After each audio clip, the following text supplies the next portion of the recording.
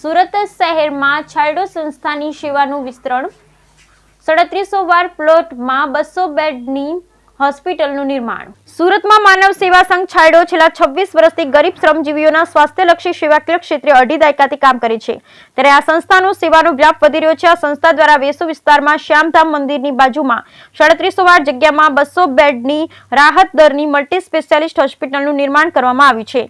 હોસ્પિટલના બાંધકામ સ્થળ પર સંસ્થાના પ્રમુખ ભરતભાઈ શાહે કહ્યું કે હોસ્પિટલના બાંધકામ સ્થળ પર 29મી ડિસેમ્બરના રોજ માનસ મંડળ દ્વારા સુંદરકાંડનું આયોજન કરવામાં આવ્યું છે, જેમાં દાતાઓ સહિત મહેમાનો હોસ્પિટલની પ્રગતિ અંગે માહિતી આપવામાં આવશે। સમગ્ર હોસ્પિટલને મળનાર ફંડ પૈકી કોપર્સ ફંડ ઊભું કરી અત્યંત જરૂરિયાતમંદ તેમજ વીમા કવચ તથા આયુષ્યમાન કાર્ડ વગરના સામાન્ય દર્દીઓ માટે સુવિધા આપી શકાય તે માટે વિચાર વિમર્શ કરવામાં આવશે।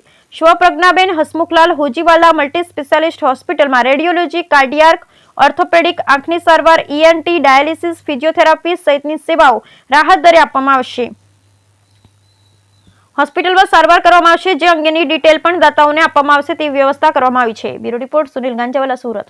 ઓક્સિજન પ્લાન્ટ, લિફ્ટ, એ સિવાયના જે બધા પ્લાન્ટો હશે તે બધું જ આવી જશે અને ઇક્વિપમેન્ટ્સ તેમાં અમે લોકો લેટેસ્ટ મોડેલમાં